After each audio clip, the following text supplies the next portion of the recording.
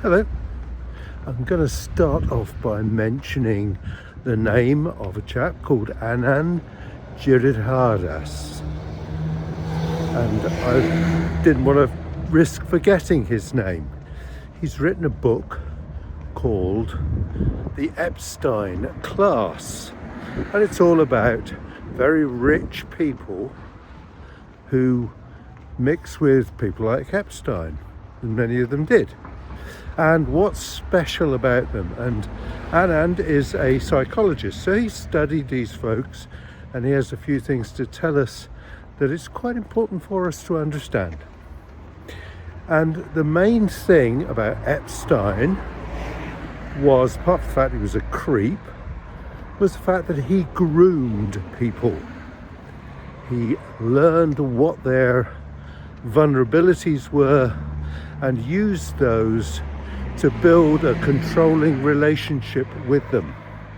And we know about grooming gangs and the way that young, vulnerable women, usually women, can be, or not really even women, but children, can be groomed by introducing them to drugs and alcohol, by paying them money, by threatening them and even being violent with them, to control them, to make them do what you want them to do.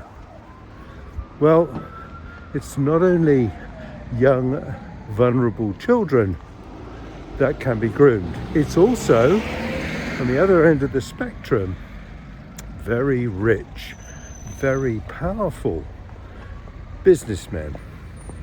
And it's almost always men at that end of the spectrum, just like it's almost always girls, females, at the vulnerable end of the spectrum.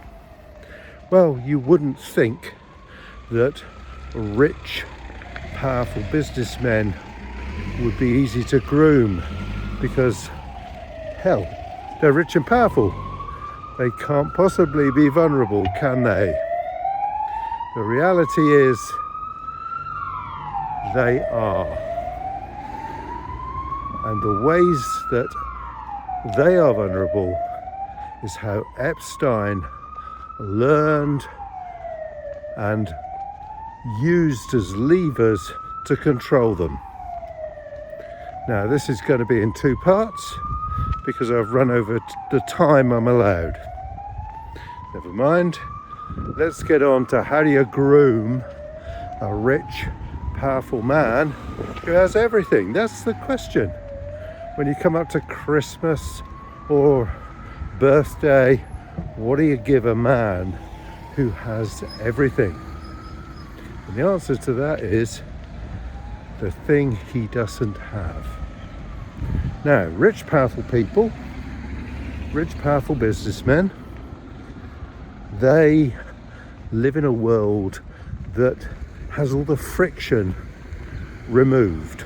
The friction of waiting for the bus or waiting for the train or waiting for the aeroplane or fitting with the aeroplane flight time or having to go to the bank to get money or waiting for your food to arrive at the restaurant. All of those things are taken away if you've got money. You can just pay for somebody else to do it. You fly your own private jet, so you decide when it flies. You order your food before you arrive at the restaurant, and they have the best table available for you and the food there for you when you arrive.